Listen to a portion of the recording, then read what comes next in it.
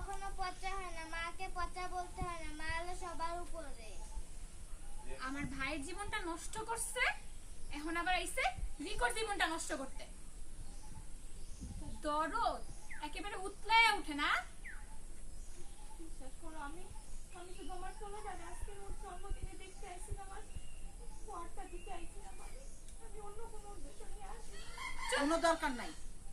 আরেকবার ফার্মিং হয়েছে।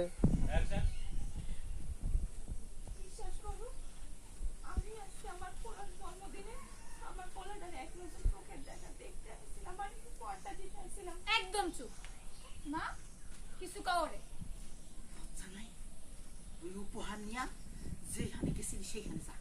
তোর উপহার আমাকে কোনো দরকার নেই। বাবা রিকো, চলো আমরা পুকুরে যাই, আমরা মাছ ধরবো, ঠিক আছে?